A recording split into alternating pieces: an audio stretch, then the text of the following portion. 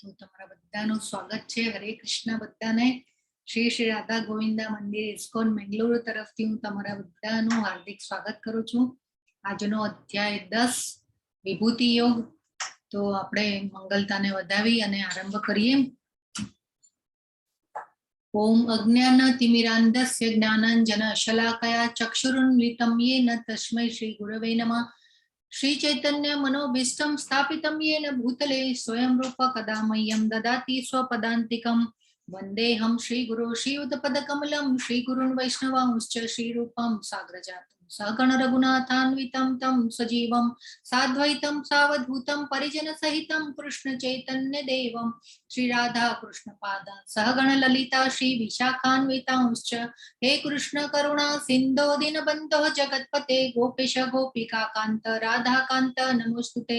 तप्त काञ्चन गौरांगी राधे वृन्दावनेश्वरी वृषभानुसुते देवी प्रणमामि हरिप्रिये.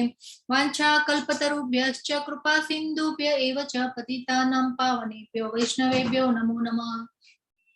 श्री कृष्ण चैतन्य प्रभो नित्यानंद श्री अद्वैत गदाधर श्रीवासादि गौर भक्त वृंद. हरे हरे कृष्ण कृष्ण कृष्ण हरे हरे हरे राम राम राम हरे हरे हरे कृष्ण. बधाने हरे कृष्ण हरे कृष्ण.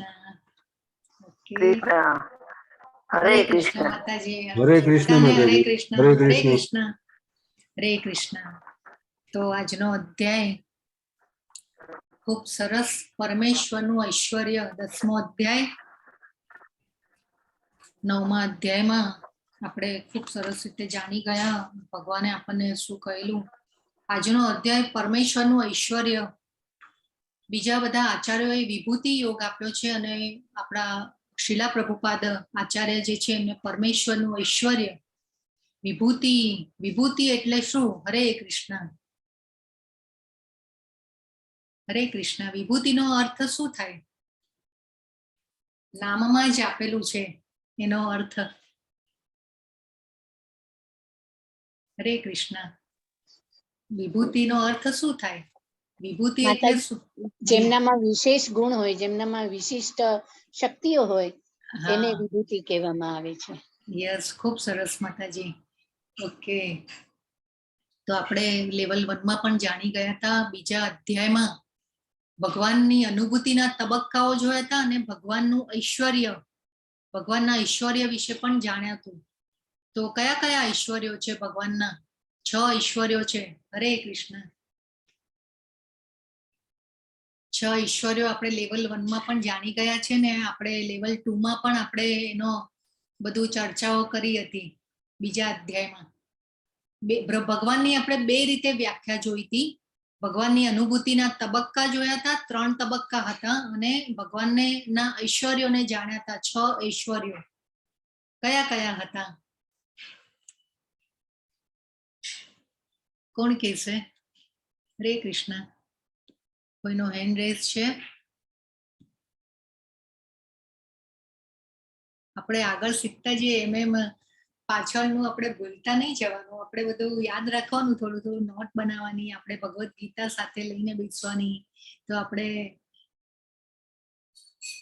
ઓકે, ભગવાનની અનુભૂતિના તબક્કા આપણે જોયા હતા. 3 તબક્કા હતા, બ્રહ્મ, પરમાત્મા અને ભગવાન. તો આપણા મનુષ્ય જીવનનું ધ્યેય શું છે? આપણે કોને પામવાના છે?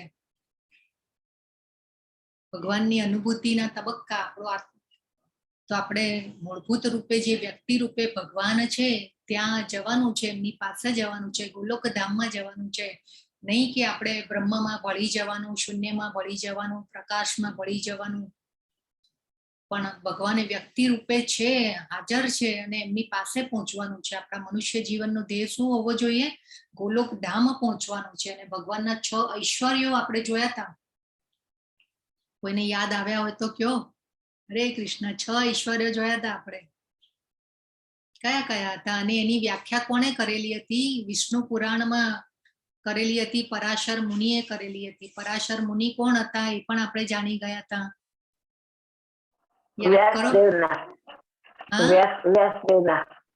હા, વ્યાસ મુનિ. પણ વ્યાસ મુનિના પિતા પરાશર મુનિએ એમને વિષ્ણુ પુરાણમાં વ્યાખ્યા કરેલી છે ભગવાનની.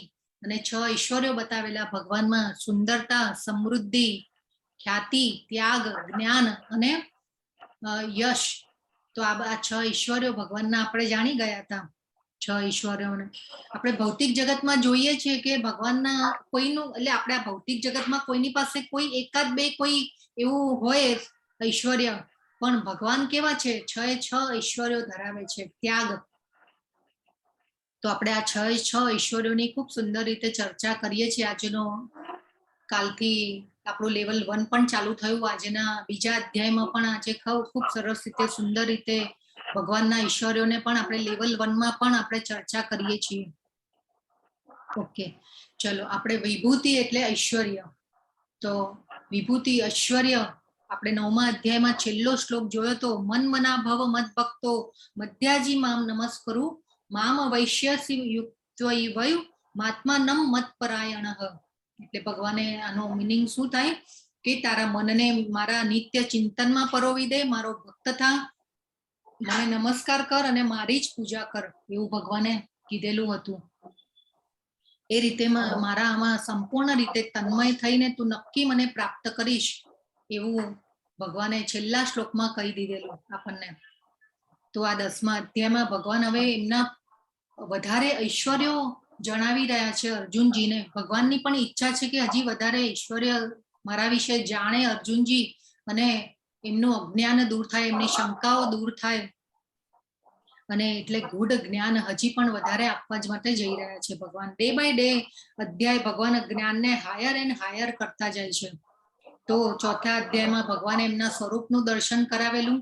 એ પછી હરે કૃષ્ણ, કોઈના ત્યાંથી અવાજ આવે છે, પ્લીઝ મ્યુટ રાખજો હવે.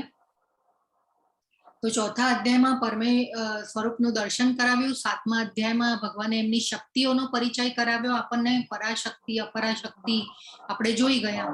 એ પછી 9મા અધ્યાયમાં પણ ઘણું બધું ભગવાને આપણને કહ્યું કે જે દેવોની પૂજા કરે છે એ અવિધિ પૂર્વકની હોય છે અને જ્ઞાન રહિત હોય છે, પણ જે મને શરણાગત થાય છે, જે મને ભજે છે, એ મારી સાથે નિવાસ કરે છે.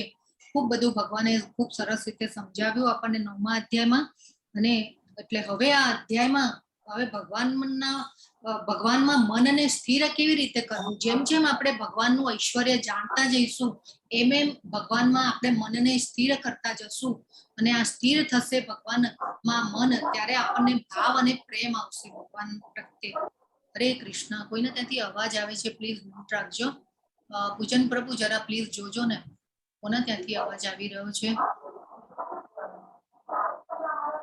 તો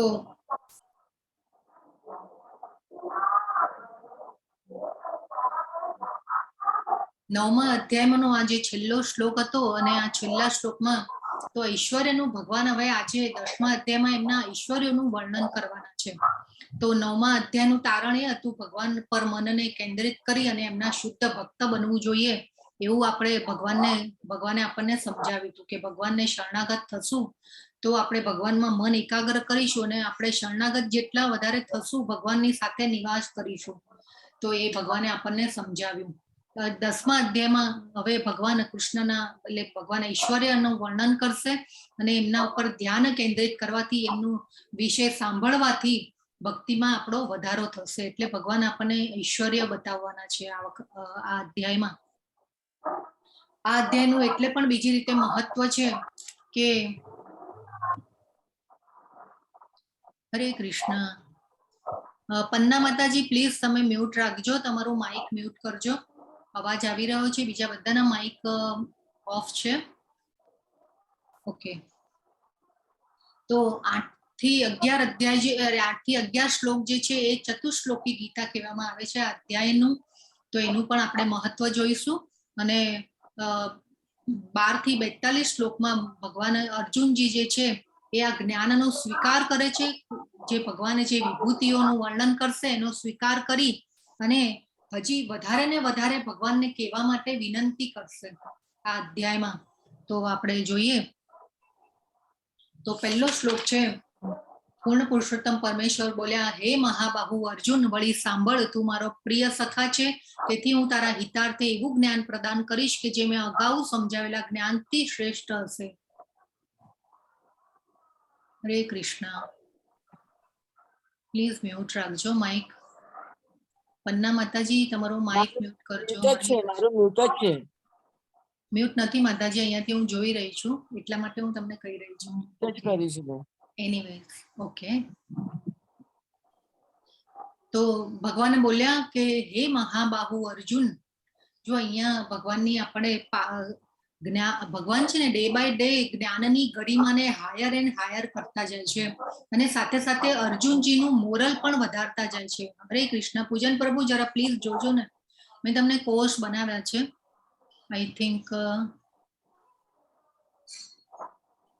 માતાજી મોક્ષા માતાજી અને પન્ના માતાજી બંનેનો છે માઇક ચાલુ. યસ મારું મ્યુટ હર છે ઓકે. માતાજી હર છે પોસ્ટ બનાવવા શરૂ. હા એકચ્યુઅલી પછી છે ને બોલવામાં મારી લિંક નથી રહેતી ને, બધાને ડિસ્ટર્બ પણ થાય, એટલે આપણે થોડુંક ધ્યાન રાખીએ તો મારું મ્યુટ જ છે, પણ મ્યુટ જ છે મેં. ઓકે ઓકે મેં મ્યુટ જ રાખ્યું છે. ઓકે ચલો કઈ વાંધો નહીં, ભલે. ઓકે ચલો સરસ. એનીવેઝ મેં પૂજન પ્રભુ મેં તમને બનાવ્યા છે. ઓકે ઓકે માતાજી. જી પાછું થોડુંક છે ને કદાચ કંઈ ગડબડ થાય ને તો તમારે મને પાછું રિમાઇન્ડ કરાવી દેવું કે પોસ્ટ હું બનાવી દઈશ પાછા તમને. શ્યોર માતાજી. Okay okay. તો ફરીથી હવે પાછું પૂર્ણ પુરુષોત્તમ પરમેશ્વર બોલ્યા હે Mahabahu Arjun, day by day આ ભગવાન જે છે ગરિમાને હાયર એન્ડ હાયર, જ્ઞાનની ગરિમાને હાયર એન્ડ હાયર કરતા જાય છે ભગવાન, અને સાથે સાથે અર્જુનજીનું મોરલ પણ વધારતા જાય છે ભગવાન. એટલે ભગવાન પાસેથી છે ને આ શીખવા જેવું છે આપણે, કે સામેવાળી વ્યક્તિને પણ કોઈ વસ્તુ માટે આપણે કહેવું હોય કે કોઈ વાત એના ગળે ઉતારવી હોય તો કેવી રીતે કહેવું જોઈએ એ ભગવાન પાસેથી શીખવું જોઈએ. હે મહાબાહુ, હે પરંતપ, હે કૌંતેય, હે પાર્થ, કઈ અને દિવસે ને દિવસે એમનું જ્ઞાન જે એમનું મોરલ જે છે એ વધારતા જાય છે. એટલે હંમેશા ભગવાન જે છે એ અર્જુનજીના ગુણોને હાઈટ આપી અને પછી કહે છે એમને. એટલે શું થાય કે ભાઈ સામેવાળી વ્યક્તિને પણ નાનમ ન લાગે અને એને એવું ફીલ ન થાય કે ભાઈ મને કંઈ ખબર નથી, કે હું કંઈ જાણતો નથી, કે મને આ ખબર નથી. એટલે ભગવાન જે છે હંમેશા હે મહાબાહુ, હે અર્જુન, હે પરંતપ, હે જનાર્દન કહીને અને જેને કહેવાય ને કે સંબોધન કરતા જાય છે. આપણે આ ભૌતિક જગતમાં તો કેવી રીતે આપણે કે ભાઈ હે તને આટલી ખબર નથી પડતી, તારે આ તો જાણવું જ જોઈએ, આટલી તો ખબર રાખવી જ પડે, હા આટલી તો ખબર હોવી જ જોઈએ, તું કરે છે શું, તારું ધ્યાન ક્યાં છે, આવી રીતે આપણે ઘણીવાર કહેતા હોઈએ છીએ. તો આપણે આ બધું ભગવાન પાસેથી શીખવા જેવું છે. આ બધા શ્લોકો જે છે આપણે લેવલ 2 માં આ રીતે ડિટેલમાં જાણવા જોઈએ. તો હવે ભગવાન કહે છે તું મારો પ્રિય સખા છે, તેથી હું તારા હિતાર્થે, તું મારો પ્રિય સખા છે. પહેલા પણ ભગવાને કહેલું હતું ભક્તો સી મેં સખા ચેતી, તું મારો ભક્ત છે, મિત્ર છે, એટલા માટે હું જ્ઞાન આપી રહ્યો છું. અહીંયા પાછું ફરીથી અર્જુનજીને યાદ દેવડાવે છે ભગવાન કે તું મારો પ્રિય સખા છે, અને કેવું તારા હિતાર્થે હું જ્ઞાન આપી રહ્યો છું. તો આ ખૂબ ઇમ્પોર્ટન્ટ છે. ભગવાન કહે છે કે તું મારો પ્રિય સખા છે, તેથી હું તારા હિતાર્થે જ્ઞાન આપી રહ્યો છું. હિતાર્થે એટલે કલ્યાણ માટે. અને પાછું ફરીથી શું કે છે ભગવાન, તું મારો પ્રિય સખા છે, અને વળી સાંભળ, વળી સાંભળ, સાંભળવું છે એ મેઇન ઇમ્પોર્ટન્ટ છે. આપણે નવધા ભક્તિમાં જોયા હતા, નવધા ભક્તિના પ્રકારોમાં શ્રવણમ એ ઇમ્પોર્ટન્ટ પગથિયું હતું. પહેલું પગથિયું ભક્તિમાં જો આગળ વધવું હોય તો શ્રવણમ. જેમ જેમ આપણે ભગવાનના વિશે સાંભળતા જઈશું, શ્રવણમ એટલે સાંભળવું, તો જેમ જેમ શ્રવણમ કરતા જશું ભગવાન વિશે, એમ આપણું જ્ઞાન, આપણી ભક્તિ વધતી જશે, ભગવાન સાથેનો આપણો સંબંધ જે છે ગાઢ થતો જશે. એટલા માટે ભગવાન કહે છે અહીંયા સાંભળ. એટલે ફરીથી સાંભળ શબ્દ આવ્યો એટલે સાંભળવું. શુણુ, શુણુ શબ્દ આ શ્લોકમાં, શુણુ પરમમ વચઃ, શુણુ મે પરમમ વચઃ શ્લોકમાં શબ્દ છે. અને પરમ વચન કયા ભગવાને, આ ભગવાનના મુખેથી બોલાયેલા શબ્દો છે. પરમ, ભગવાનને હંમેશા પરમ વિશેષણ આપવામાં આવ્યું છે. અર્જુનજીએ આપ્યું છે પરમ બ્રહ્મ, પરમ ધામ, પરમમ પવિત્રમ, ભગવાનને કયા છે. તો પરમ, શુણુ મે પરમમ વચઃ, ભગવાને કહે છે મારા શબ્દોને સાંભળ, કેવા પરમ શબ્દોને સાંભળ, ભગવાને એવું કહ્યું છે. તો શ્રવણમ આપણે નવદા ભક્તિના પ્રકારો જોયા હતા. કયા કયા હતા? 9 પ્રકારો હતા નવદા ભક્તિના. હરે કૃષ્ણ. દાસ્ય, હા, શ્રવણમ, પહેલું શ્રવણમ હતું. પછી શું? શ્રવણમ, પ્રેમમ, હા, દાસ્ય, કીર્તનમ, કીર્તન. હા, બરાબર છે. બોલો બોલો. હા, ખૂબ સરસ. શ્રવણમ, સ્મરણમ, અર્ચનમ, કીર્તનમ, દાસ્યમ, સાખ્યમ, સખ્યમ, હા, આત્મનિવેદમ. આત્મનિવેદન. હા, બરાબર. યસ, ખૂબ સરસ. તો આપણે આ નવદા ભક્તિના પ્રકારો જોયા હતા. તો આ ભક્તિ, નવદા ભક્તિના પ્રકારોમાં આપણે ભગવાનની ભક્તિમય સેવામાં લાગવાનું છે. તો આપણે ભક્તિ સેવા આપણે જોયું 9મા અધ્યાયમાં કે શુદ્ધિકરણની પ્રક્રિયા છે. જેમ જેમ આપણે આ નવદા ભક્તિમાં આગળ આવતા જશું એમ એમ આપણા શરીરની અશુદ્ધિઓ, મનની અશુદ્ધિઓ, બધી અશુદ્ધિઓ દૂર થતી જશે. અને આપણે ભગવાન, એટલા માટે ભગવાન અહીંયા કહે છે કે સાંભળવું કેટલું ઇમ્પોર્ટન્ટ છે અર્જુનજીને. એટલે ભગવાન પણ ઈચ્છે છે કે અર્જુનજી મારા વિશે હજી વધારે સાંભળે. એટલા માટે અહીંયા આજે 10મા અધ્યાયમાં ભગવાન એમના ઐશ્વર્યનું વર્ણન કરવા જઈ રહ્યા છે અને એમનું અજ્ઞાન, શંકાઓ દૂર થાય. એવી રીતે આપણી પણ જો ભગવાન વિશે જેમ જેમ સાંભળતા જઈશું એમ એમ આપણે અંધશ્રદ્ધાઓમાંથી બહાર નીકળતા જશું અને આપણે ભગવાન સાથેનો આપણો જે સંબંધ જે છે ગાઢ થતો જશે, આપણા ભાવ આવતું જશે. એ પછી ભગવાન કહે છે પ્રિય સખા છે તેથી હું તારા હિતાર્થે એવું જ્ઞાન. તો ભગવાન અહીં ફરીથી કહે છે કે ભગવાન તું મારો પ્રિય સખા છે. પ્રિય માણાય શબ્દ આવે છે આ શ્લોકમાં. પ્રિય માણાય એટલે કે તને મારો પ્રિય માનીને હું આ તારા હિતાર્થે હું આ જ્ઞાન આપી રહ્યો છું. તો આપણે આ બોધપાઠ લેવાનો છે કે પ્રિય માણાય. આપણે પણ અર્જુનજીને જેમ ભગવાનના પ્રિય થવાનું છે, અર્જુન બનવાનું છે, અર્જુનજીને ફોલો કરવાનું છે અને અર્જુનજી દ્વારા આ જ્ઞાન આપણને મળી રહ્યું છે. તો ભગવાને આ ભગવદ્ ગીતાનું જ્ઞાન આપવા માટે અર્જુનજીને જ કેમ પસંદ કર્યા? હરે કૃષ્ણ. અર્જુનજીને જ કેમ પસંદ કર્યા ભગવાને? એમના પ્રિય સખા કેમ કે હતા. ઈગો બહુ હતો એમની જોડે. પ્રિય સખા, પ્રિય સખા. ઘમંડ બહુ હતું એમની શક્તિનું, એમની નોલેજનું. અર્જુનજીને? અર્જુનજી એમને શરણે ગયા. યસ, શરણે ગયા, બરાબર છે. આપણે જોયું ઘણા સર્ટિફિકેટો અર્જુનજીને આપ્યા ભગવાને. પહેલું ભક્તો સીમે સખા ચેતી. પછી 9મા અધ્યાયમાં આપણે જોયું કે અનસૂયવે. અનસૂયવે એનો અર્થ શું થાય? ઈર્ષા નથી કરતા, ઈર્ષા નથી કરતા. યસ, ઈર્ષા નથી કરતા. બરાબર છે, ખૂબ સરસ. પછી આજે પણ પાછું જો ફરીથી યાદ દેવડાવ્યું તું મારો પ્રિય સખા છે. કેમ અર્જુન? હા, ભક્તો સીમે સખા ચેતી. ભગવાને કીધું તું મારો ભક્ત છે અને મિત્ર છે. પહેલા પણ કીધું તું, આજે પાછું યાદ દેવડાવે છે.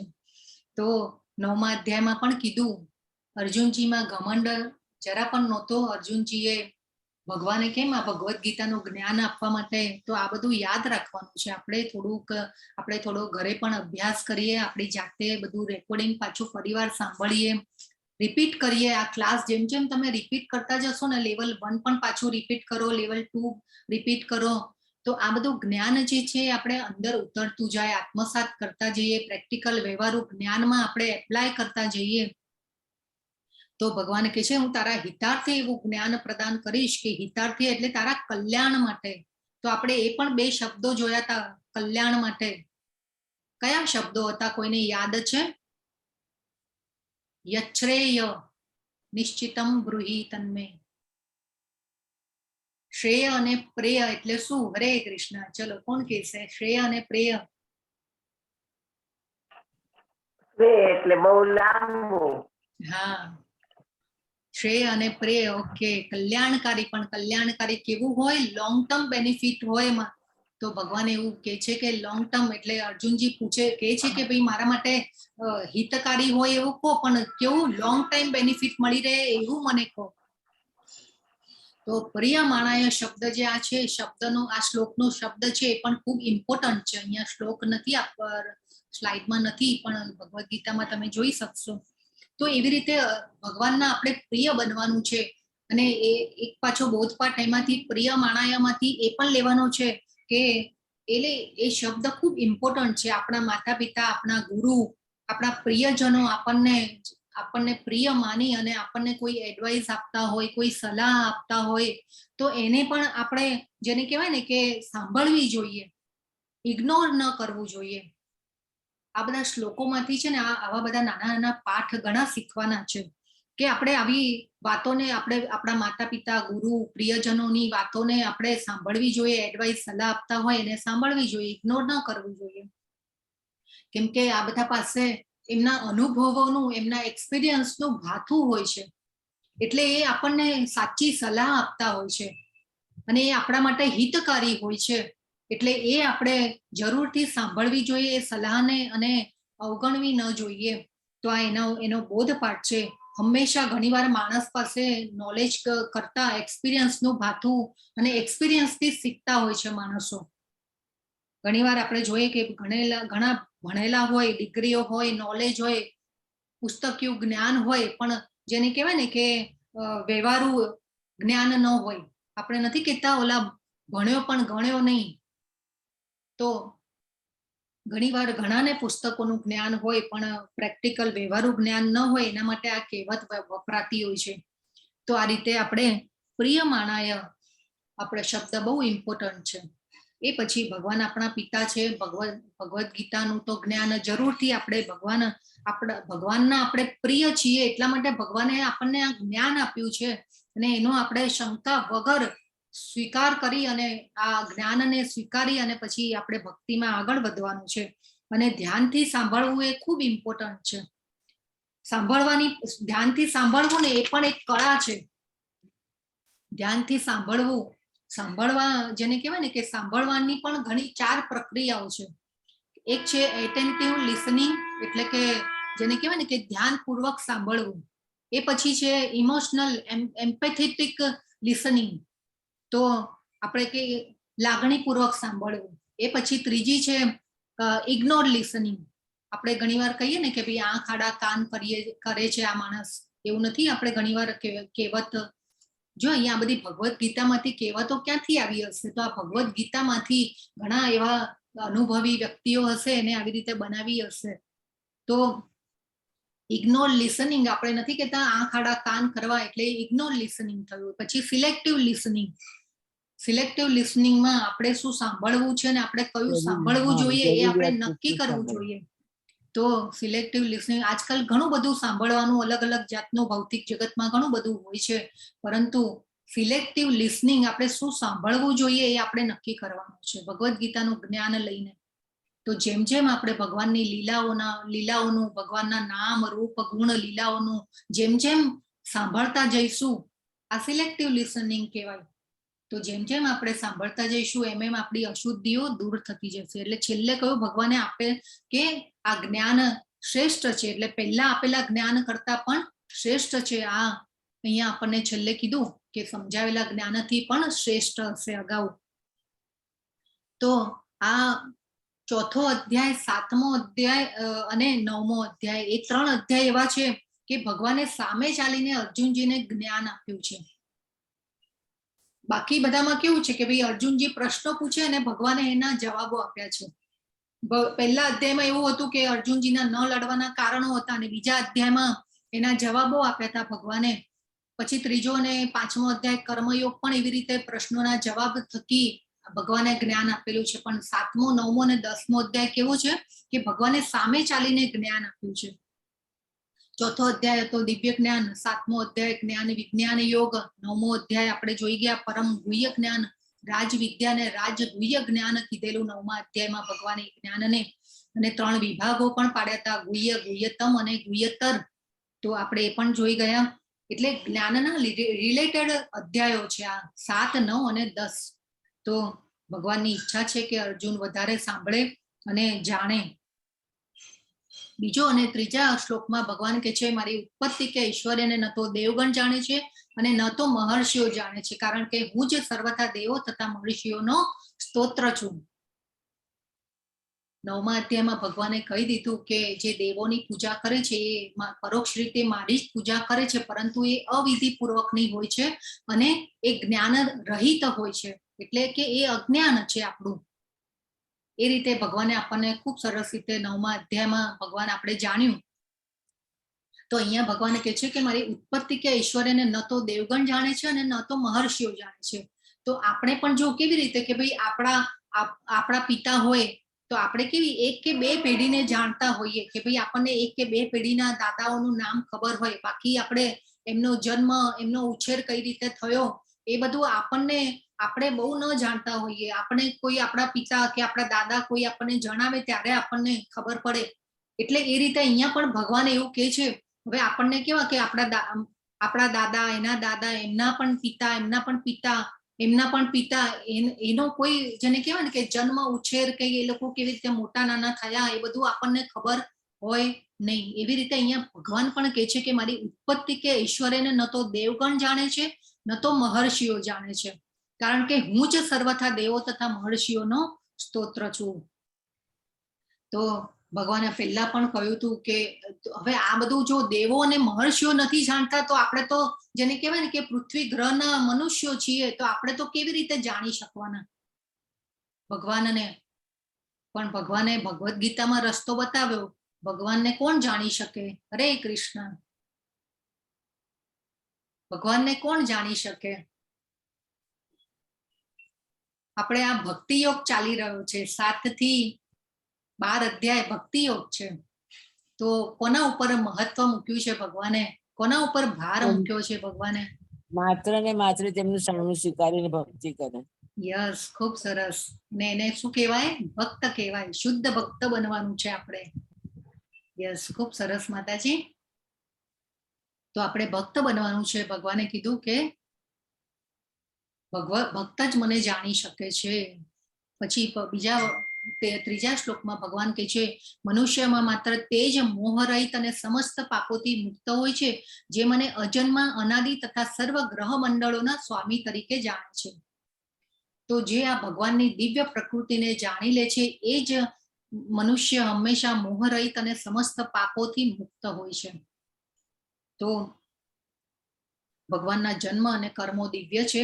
આપણે પહેલા પણ જાણી ગયા. 4થા અધ્યાયમાં પણ ભગવાને જણાવ્યું હતું આપણને કે અજો અપી સન અવ્યય આત્મા.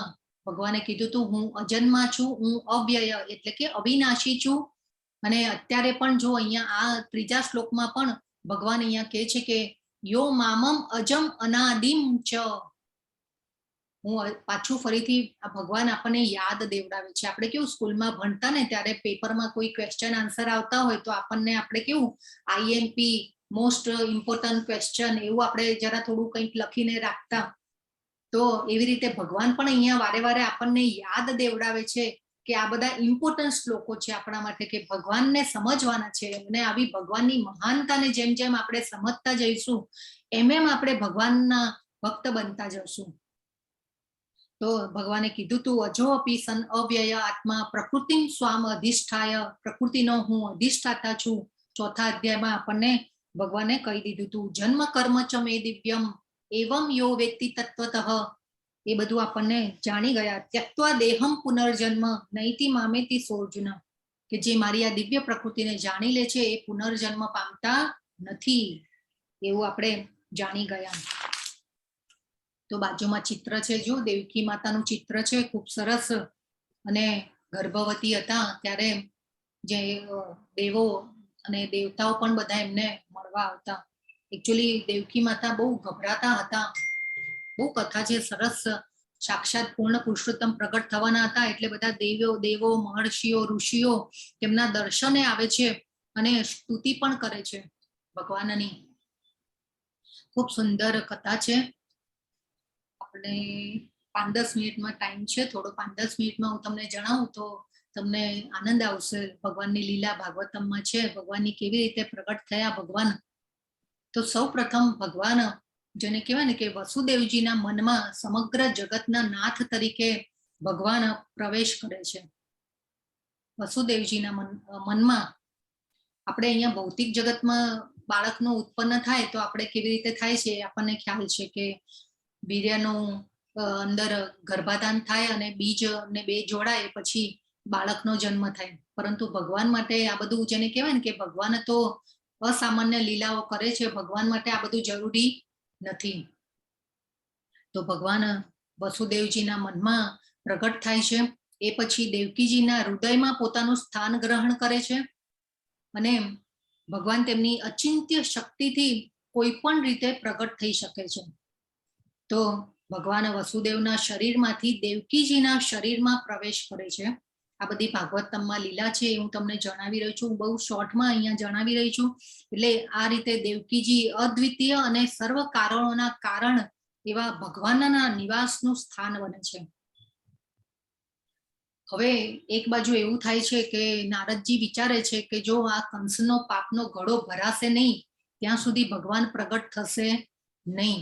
એટલે નારદજી કંસ પાસે જાય છે અને કંસને યાદ દેવડાવે છે કે ભાઈ તારા પૂર્વ જન્મમાં પણ જેને કહેવાય ને કે આ ભગવાન તને વિષ્ણુએ તને મારી નાખ્યો હતો અને કાળનેમી તરીકે રાક્ષસ હતો કંસ, જે આગલા એના પૂર્વ જન્મમાં.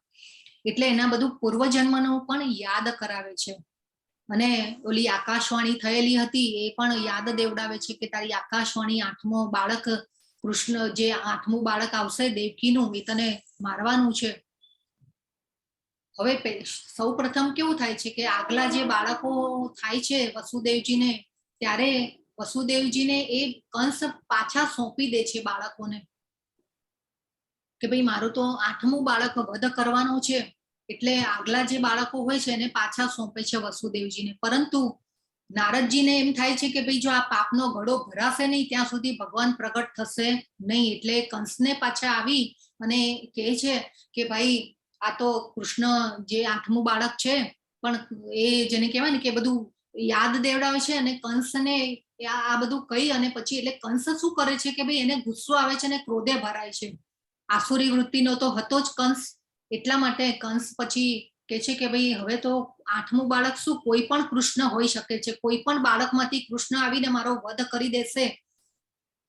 હવે નારદજીએ કંસને આ રીતે કહ્યું એટલે કૃષ્ણ આવીને કોઈ પણ બાળક તરીકે આવીને મારો વધ કરશે. એટલા માટે જેને કહેવાય ને કે જે પણ બાળકો પહેલા હતા એ બધાનો વધ કરે છે. હવે જ્યારે 7મું બાળક છે એ પણ દેવકીજીના ગર્ભમાં ભગવાનનો અંશ જ હોય છે અને એ બલરામનો અંશ હોય છે. 7મા જે બાળક હોય છે તો એ ભગવાન બધી વ્યવસ્થા કરે છે એમના પ્રગટ થવાની. હવે ભગવાન પ્રગટ થવાની વ્યવસ્થા કરે છે એટલે પહેલા વૃંદાવનમાં યોગ માયાને ઉત્પન્ન કરે છે. ભગવાન યોગ માયાને ઉત્પન્ન કરી અને એમને આજ્ઞા કરે છે ભગવાન કે તમે યશોદાની દીકરી તરીકે તમારે જન્મ લેવાનો છે. અને બીજું એક કે જે ભગવાનને 8મું બાળક થવાનું હતું એટલે 7મા બાળકનો જે ગર્ભ હતો એને વસુદેવજીના પત્ની, બીજા પત્ની જે રોહિણી છે એમના ગર્ભમાં સ્થાનાંતર કરવાનું યોગ માયાને આજ્ઞા કરે છે. તો આ જે સ્થાનાંતર કર્યું દેવકીજીના ગર્ભમાંથી રોહિણી માતાના ગર્ભમાં સ્થાનાંતર કરે છે ગર્ભનું, અને એ ફોર્સફુલી સ્થાનાંતર કરવામાં આવે છે. એટલે હવે જ્યારે આ સ્થાનાંતર કરે છે યોગ માયાને આ આજ્ઞા કરવામાં આવી ને આ કામ સોંપવામાં આવ્યું અને એ રીતે એ પછી જે ફોર્સફુલી આ ગર્ભનું સ્થાનાંતર જ્યારે કરવામાં આવે છે ત્યારે 2 માતાઓને પણ ભગવાન યોગ માયામાં નાખી અને યોગ નિદ્રામાં નાખે છે. અને આ ફોર્સફુલી કરવામાં આવ્યું સ્થાનાંતર રોહિણીના ગર્ભમાં, રોહિણી માતાના ગર્ભમાં. એટલે આ રોહિણી જે બલરામજી છે, બળરામ ફોર્સફુલી એટલે શંકર્ષણ દ્વારા કરવામાં આવ્યું. એટલા માટે એમનું નામ બલરામ પાડે છે. એટલે બલરામ પણ દેવકીના જ પુત્ર છે, પરંતુ એ રોહિણી સુત કહેવાયા, રોહિણી પુત્ર કહેવાયા બલરામ. તો આ રીતે રોહિણી સુત એટલે કે બલરામ પણ ભગવાનની સાથે સાથે જન્મ પામ્યા છે. અને આ રીતે પછી ભગવાન જે છે આવી વ્યવસ્થા કરે છે અને પછી ભગવાન આ વસુદેવજીના મનમાં અને દેવકીજીના હૃદયમાં ભગવાન પોતે આવે છે અને પછી એ રીતે ભગવાન આ રીતે જન્મ એટલે કે પ્રગટ થાય છે. એ પહેલા સૌથી પ્રથમ તો પહેલા ચતુર્ભુજ રૂપે ભગવાન દર્શન આપે છે દેવકી માતાને અને વસુદેવજીને. હવે જ્યારે આ ભગવાન આ નિવાસનું સ્થાન બને છે દેવકીજીના ગર્ભમાં અને વસુદેવજીના હૃદયમાં, મનમાં, તો ત્યારે એ જે સૌંદર્ય હોય છે દેવકીજીનું અને વસુદેવજીનું, તો એ સૌંદર્ય એકચ્યુઅલી એ લોકો જેલમાં હોય છે એટલા માટે આ સૌંદર્ય એટલું બધું જે દૈવી સૌંદર્ય હોય છે દેવકી માતાનું, કેમ કે ભગવાન હોય છે એમના ગર્ભમાં, એટલા માટે એ જે સૌંદર્ય હોય છે એ સૌંદર્યને કોઈ જોઈ શકતું નથી કેમ કે એ જેલમાં હોય છે. તો આ રીતે પછી ભગવાને ચતુર્ભુજ રૂપે દર્શન આપે છે, પહેલા વસુદેવજી અને દેવકી માતાને, અને પછી દેવકી માતાને વસુદેવજીની પ્રાર્થના દ્વારા એ પછી બાળકનો રૂપ ભગવાન લે છે. તો આ રીતની કથા છે. અને આ બાજુ યશોદા માતાના જે યોગમાયા દીકરી તરીકે અવતાર લીધો છે, એમને યોગમાયાને યોગમાયા બે કામ કર્યા, એક જે ટ્રાન્સફરિંગ નું કામ અને યશોદા માતાની દીકરી થવાનું. તો આ યોગ માયાને પણ ભગવાન એમને વરદાન આપી અને એમના સમકાલીન બહેન તરીકે પણ ભગવાને એમને દરજ્જો આપ્યો છે. અને એ વરદાન આપ્યું અને કહ્યું કે ભાઈ ભૌતિક જગતમાં તમને લોકો તમારું જુદા જુદા વિસ્તારો અને સ્વરૂપો દ્વારા તમારી પૂજા અને તમારું પૂજન કરશે. તમારા સ્વરૂપો દુર્ગા, પછી ભદ્રકાળી, વિજયા, વૈષ્ણવી, ચંડિકા, કૃષ્ણા, માધવી, કન્યકા, માયા, નારાયણી, શારદા, અંબિકા તરીકે ઓળખાશે. એટલે આ દુર્ગા માતા જે છે એ આપણા ભૌતિક જગતના અધિષ્ઠાતા દેવી છે. આપણે જોયું ને કે ભાઈ દુર્ગ એટલે કિલ્લો, અને આ કિલ્લામાંથી બહાર નીકળી અને આપણે ભગવાનના ધામમાં પહોંચવાનું છે. તો એટલે પ્રગટ થતા પહેલા ભગવાને આ બધી વ્યવસ્થા કરેલી હતી.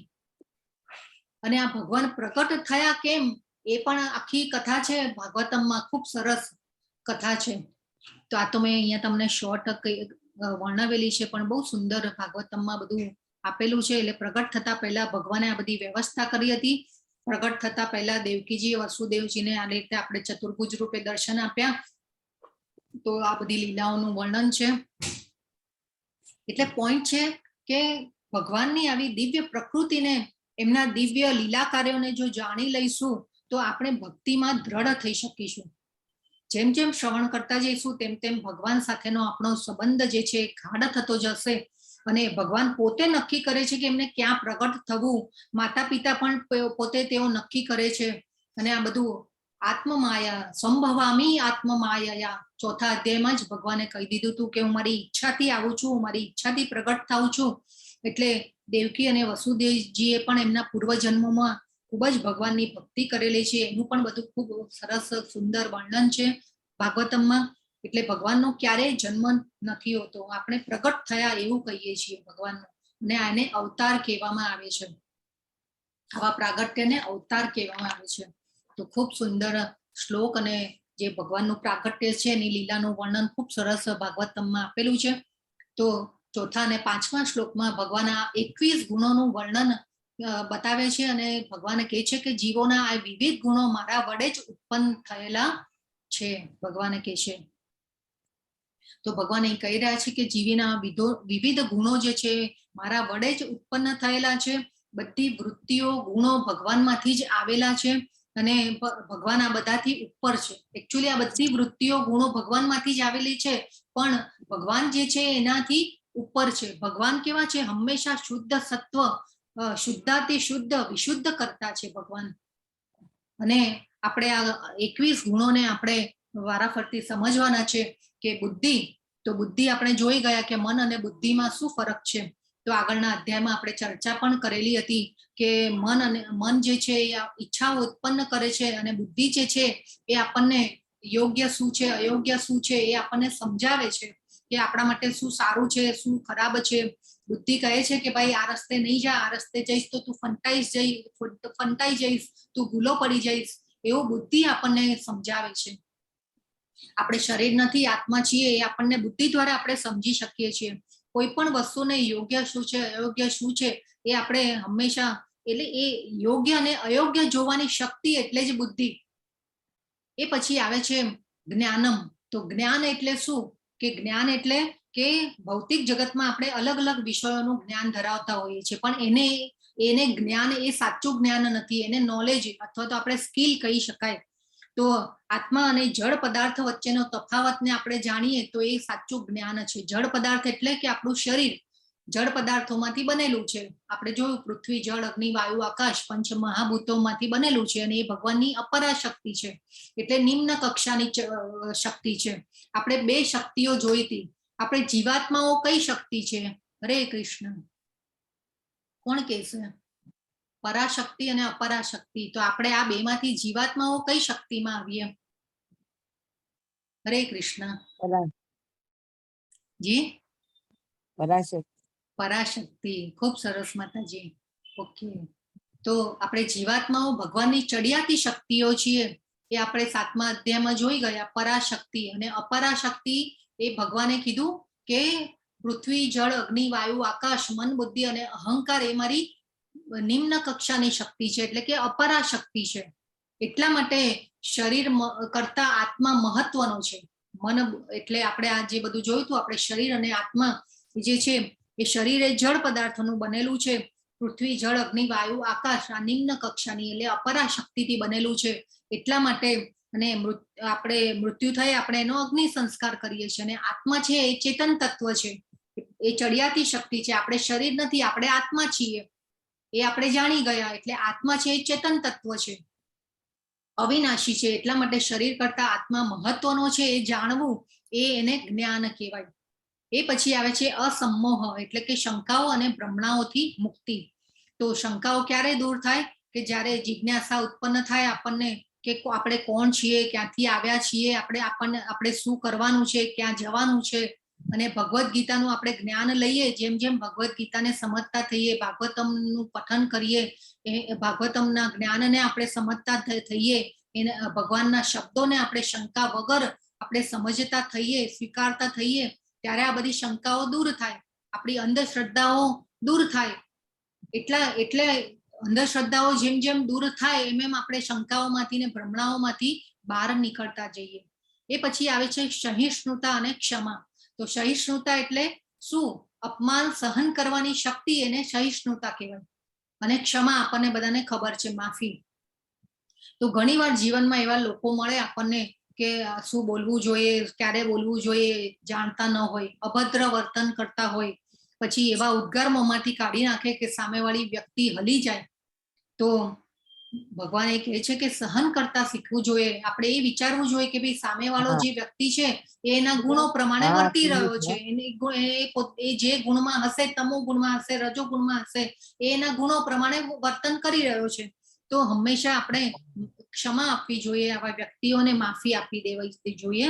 સામે વળતો જવાબ ન આપવો જોઈએ, એ આપણે જાણી ગયા છે. જો વળતો જવાબ આપીએ છીએ, પાછું આપણે કર્મનું બંધન લઈએ છીએ. એ પછી આવે છે સત્યતા. તો સત્ય વચનો બોલવા જોઈએ. આપણે ઘણીવાર આપણા સ્વાર્થ માટે ખાતર પણ આપણે કોઈ વાર જેને કહેવાય ને કે ભળતો જવાબ આપી દેતા હોઈએ છીએ, પણ એવું ન કરવું જોઈએ. બીજાને સારું લાગે કે ન લાગે, બીજાને પ્રિય લાગે કે ન લાગે, પણ હંમેશા સત્ય બોલવું જોઈએ. એ પછી આવે છે ઇન્દ્રિયોનું નિયંત્રણ, ઇન્દ્રિય નિગ્રહ. તો શ્લોકમાં શબ્દ છે ઇન્દ્રિય નિગ્રહ. તો ઇન્દ્રિય નિગ્રહ એટલે કંટ્રોલ કરવો, દમન કરવું. તો આપણી જરૂરિયાતો, શરીરની ઈચ્છાઓ માટે, આપણી ઇન્દ્રિય તૃપ્તિના કાર્યો માટે આપણે કેટલું ભાગ દોડ કરતા રહીએ છીએ, અને હંમેશા આપણી લાઈફ જે છે આમાં જ જતી હોય છે, આપણી ઇન્દ્રિય તૃપ્તિને સંતોષવા માટે. તો આપણે એમાંથી બહાર નીકળવું જોઈએ. ઇન્દ્રિયોનો નિગ્રહ એટલે કે કંટ્રોલ કરવો જોઈએ.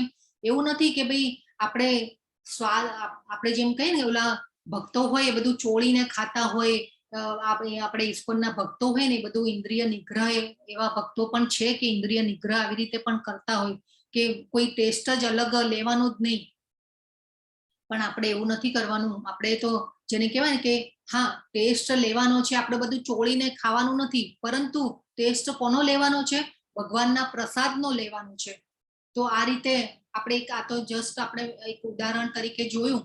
એ બધા જે ભક્તો હોય ને એ બહુ હાયર લેવલના ભક્તો હોય, આપણે એવું કરી ન શકીએ, પરંતુ આપણે આ રીતે આપણે ઇન્દ્રિય નિગ્રહ કરી શકીએ, જરૂરથી કરી શકીએ. તો આ ભગવાનમાં મન એકાગ્ર થશે તો આપણે આ ઇન્દ્રિય કંટ્રોલ હંમેશા કરી શકીશું. નહીં તો પછી મનને કંટ્રોલ કરવું બહુ અઘરું છે. જેમ જેમ ભગવાનમાં મન એકાગ્ર થશે એમ એમ આપણું ઇન્દ્રિય નિગ્રહ થતો જશે. મનો નિગ્રહ એટલે કે મનનું કંટ્રોલ.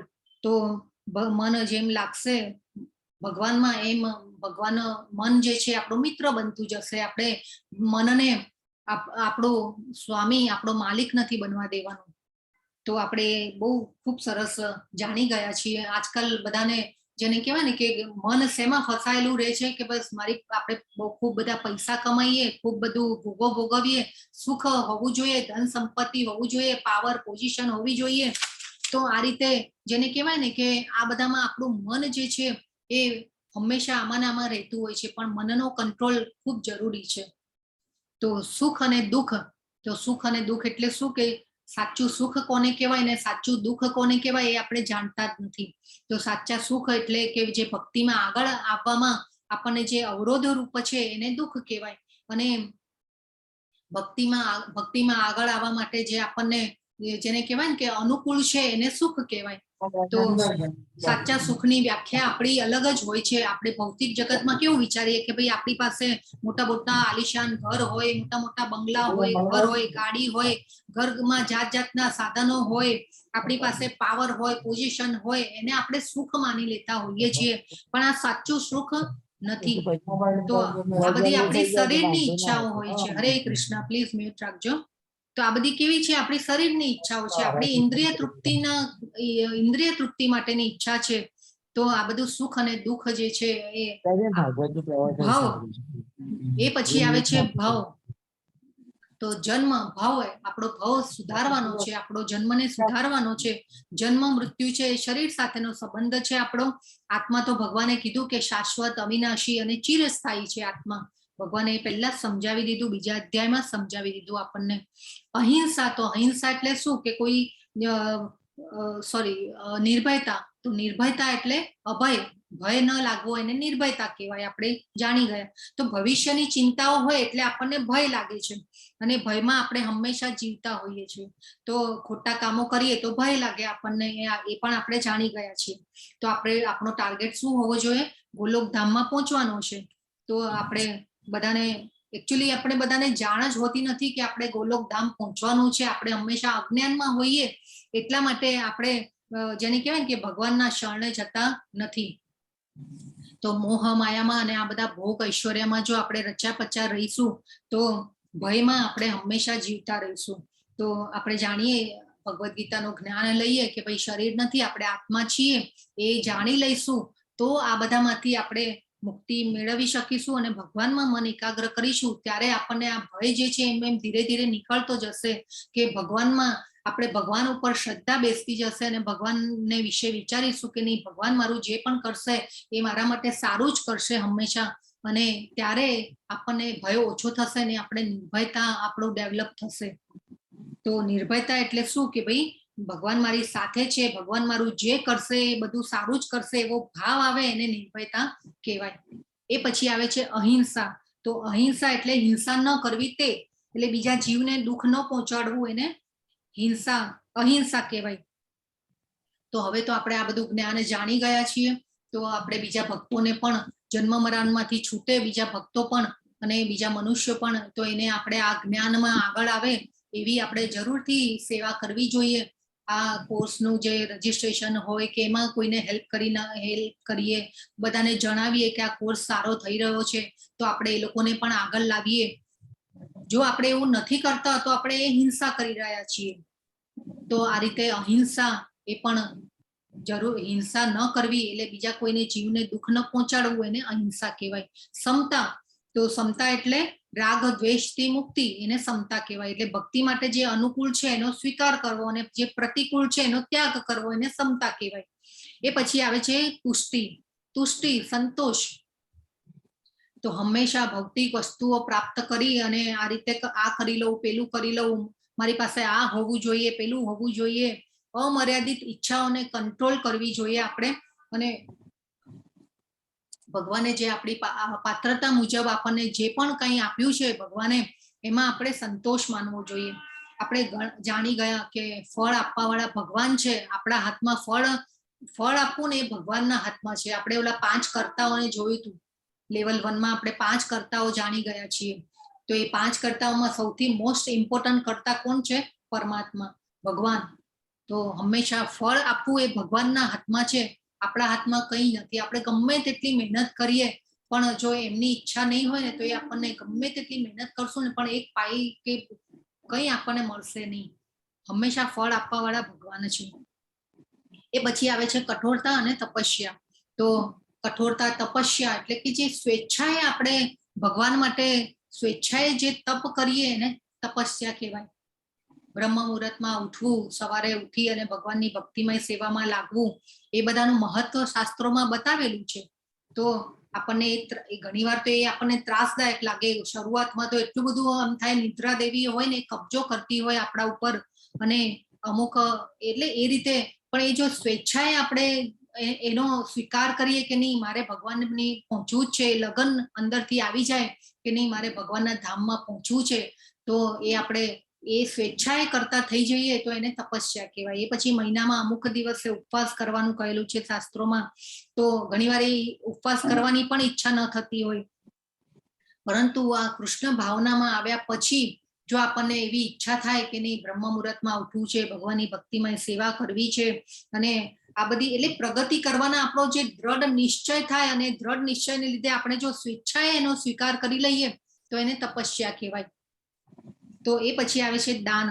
તો પ્રભુપાદ લખે છે કે હંમેશા આપણા ધન સંપત્તિનો જે પણ ભાગ હોય ભગવાન માટે અવશ્ય કાઢવો જોઈએ. પ્રભુપાદ તો 50% પાર્ટ કહે છે, પરંતુ આપણી જેટલી શક્તિ હોય એ પ્રમાણે આપણે ભગવાનમાંનો અમુક ભાગ કાઢવો જોઈએ આપણી ધન સંપત્તિમાંથી. અને હંમેશા જેને કહેવાય ને કે શાસ્ત્રોમાં લખ્યું છે બ્રાહ્મણોને અને સંન્યાસીને દાન આપવું જોઈએ. અને આપણે આગળ અધ્યાયોમાં સમજીશું દાન કયા સમયે આપવું જોઈએ, કયા પાત્રને આપવું જોઈએ, સુપાત્ર વ્યક્તિને આપવું જોઈએ. આ બધું ખૂબ સરસ દાન વિશે પણ ભગવાન આપણને સમજાવશે. આપણે આગળ ડિટેલમાં સમજુશું. પણ બ્રાહ્મણનો અર્થ થાય છે કે જે બ્રહ્મને જાણતો હોય એને બ્રાહ્મણ કહેવાય. ઇવન એ સંન્યાસીઓ જે હોય છે એ સંન્યાસીઓનું પણ જે એ લોકો કેવું કે ધર્મની આ ભક્તિના સાયન્સને ફેલાવવા માટે કોઈ એક જગ્યાએ રહેતા નથી. બ્રહ્મચારી હોય એટલે એ લોકોને દાન આપવું યોગ્ય કીધું છે ભગવાને. શાસ્ત્રોએ પણ કીધું છે કૃષ્ણ ભાવનામૃતમાં દાન આપવું જોઈએ. એ પછી આવે છે ખ્યાતિ. તો ખ્યાતિ એટલે શું? ચૈતન્ય મહાપ્રભુ કહે છે કે ભક્ત તરીકે ઓળખાઈએ તો એને સાચી ખ્યાતિ કહેવાય, સાચો યશ કહેવાય, નહીં તો બધો અપયશ છે. તો ભૌતિક જગતમાં જે પણ ખ્યાતિ પ્રસિદ્ધિ મળે છે એ સાચી નથી, એ બધી ટેમ્પરરી છે. એના માટે પણ આપણે કેટલું કરતા હોય છે. દિવસ રાત એ ખ્યાતિ મેળવવા માટે આપણે જેને કહેવાય ને કે આપણા સમાજમાં જ્ઞાતિમાં આપણે દાન કરીએ, સંસ્થાઓમાં દાન આપીએ. એટલે એ આપણે મનની એક ખૂણે એક એવી ઈચ્છા હોય કે ભાઈ આપણને માન મળે, સન્માન મળે. તો એ બધી ભક્ત તરીકે પણ એ બધી સાચી પ્રસિદ્ધિ ન કહી શકીએ આપણે. જ્યારે ભક્ત તરીકે ઓળખાઈએ, ભગવાનના ભક્ત તરીકે ઓળખાઈએ તો એ સાચી ખ્યાતિ છે, સાચો યશ છે આપણા માટે. તો આ બધા ગુણો છે એ જ્યારે 21 ગુણો બતાવ્યા ભગવાને 4 અને 5 શ્લોકમાં.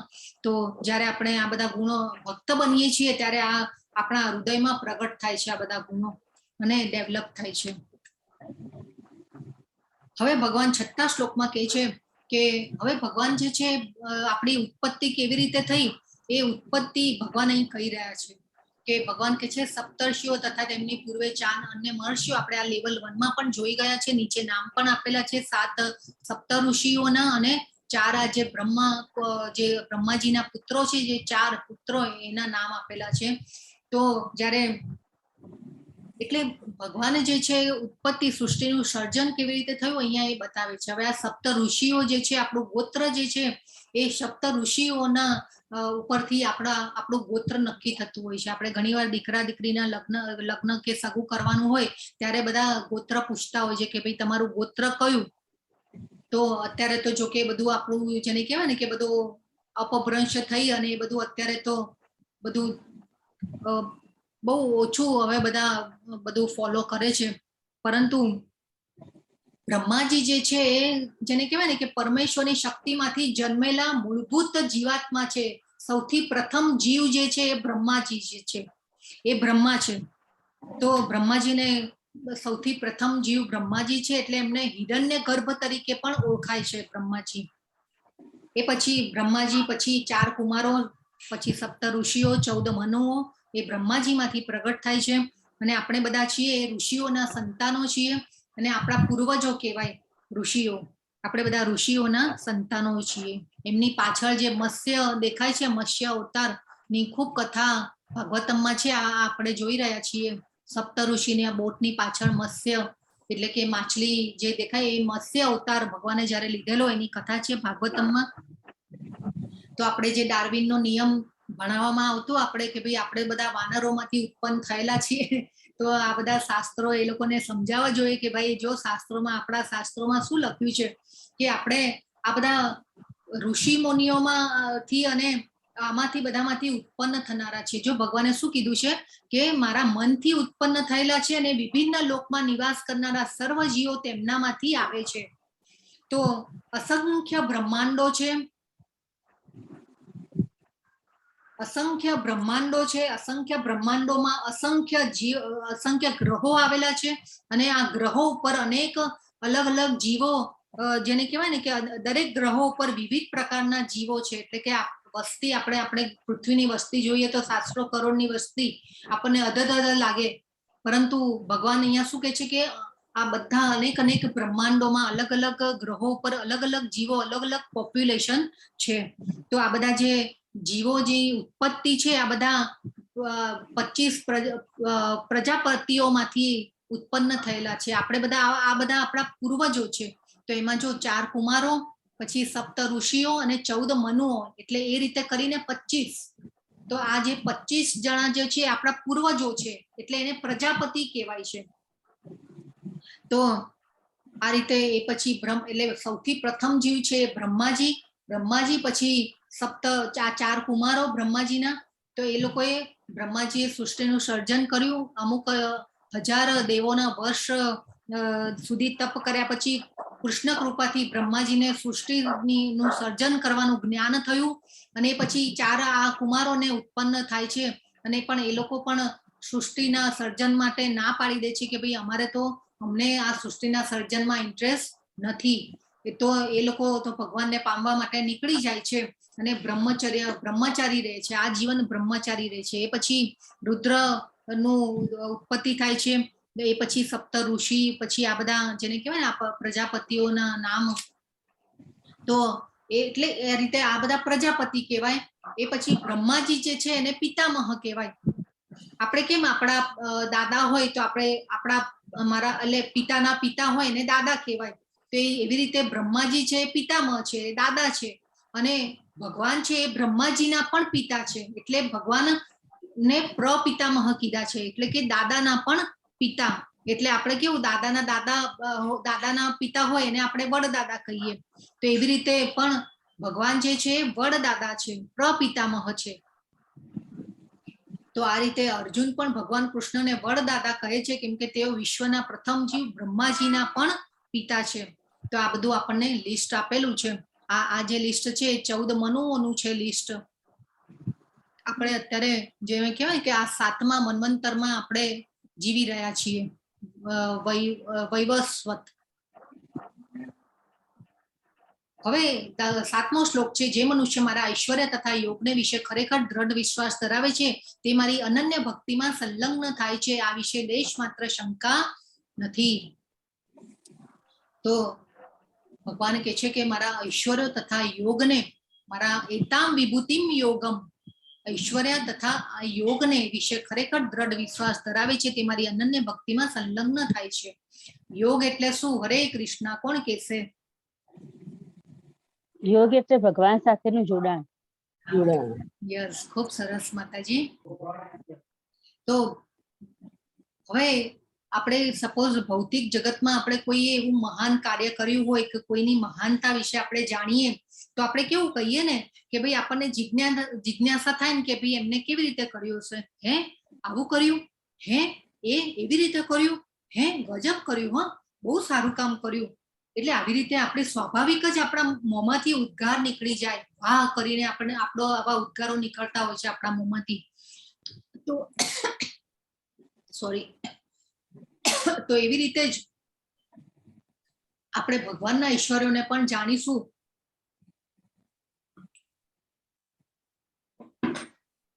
તો ભગવાનના ઈશ્વરોને જાણીશું આપણે આવી રીતે.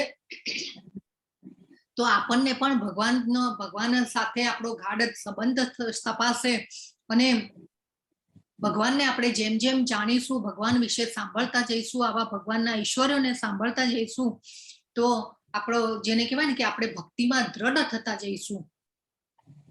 તો આ સૃષ્ટિનું સર્જન, ભગવાનના લીલા કાર્યો, એમનું આધ્યાત્મિક સ્વરૂપ, શક્તિઓ, બધા ઈશ્વરો વિશે જાણીશું તો ખબર પડશે ને કે ભગવાનની મહાનતા શું છે. હવે ઘણીવાર આપણને ખબર હોય છે કે ભાઈ ભગવાન મહાન છે, પણ કઈ રીતે મહાન છે એ આપણે જાણતા હોતા નથી. કેવી રીતે મહાન છે એ આપણે જાણતા નથી હોતા. તો ભગવાન છે એ આપણા પૂર્વજોના પણ આદિ પૂર્વજ છે. આપણે હમણાં જોઈ ગયા 25 પ્રજાપતિઓમાંથી આપણે ઉત્પન્ન થયેલા છે. બ્રહ્માજી છે, મૂળ જીવાત્મા છે. તો સૃષ્ટિના સર્જન પહેલા ભગવાન હતા, પણ ભગવાને બીજા શ્લોકમાં કીધું ને કે ભાઈ મારી ઉત્પત્તિ કે ઐશ્વર્ય ન તો દેવગણ જાણે છે કે ન તો મહર્ષિઓ જાણે છે. આપણે મનુષ્યો તો એમાંય સાવ કઈ જાણતા નથી ભગવાન વિશે, પણ એટલા માટે આપણે ભગવાનને આ ઈશ્વર્યોને જાણવાના છે. અને આ ભગવદ્ ગીતાના આ લવ લેટરને આપણે ઉઠાવવાનો છે. ભગવાન વિશે જેટલું સાંભળીશું એમ આપણે ભગવાન વિશે એટલે ભગવાન અહીંયા આપણને અપીલ કરે છે કે ભાઈ મારી પાસે આવી જાઓ, મારા આ ઈશ્વરને જાણશો તો તમને મારી મહાનતાની ખબર પડશે. અહીંયા બાજુમાં ચિત્ર છે ખૂબ સરસ, જેને કહેવાય ને કે ભગવાન જ્યારે કંસ જ્યારે અક્રૂરજીને, હવે અહીંયા પણ નારદજીએ છે ને હવે ભગવાનનો જન્મ થઈ ગયો, ભગવાન પ્રગટ થઈ ગયા. એ પછી વસુદેવજી છે એ નંદ બાવાને યશોદા માતાના ઘરે મૂકી આવ્યા ભગવાનને, અને ઓલી બાળકીને લઈને આવી ગયા જેલમાં. હવે બાળકીનો વધ કરવા જાય છે. બાળકી જે છે એ યોગમાયા જે છે એ તો અદ્રશ્ય થઈ જાય છે શક્તિ આકાશમાં, અને ભગવાનનો જન્મ થઈ ચૂક્યો છે. ભગવાન હવે એ પછી તો જેને કહેવાય ને કે બધું પાછું રાબેતા મુજબ આવી ગયું, રૂટીનમાં આવી ગયું બધું, અને કંસ પણ ભૂલી ગયો. આ બાજુ અહીંયા વૃંદાવનમાં ભગવાન મોટા થઈ રહ્યા છે. હવે કંસનો વધ તો થવો જોઈએ.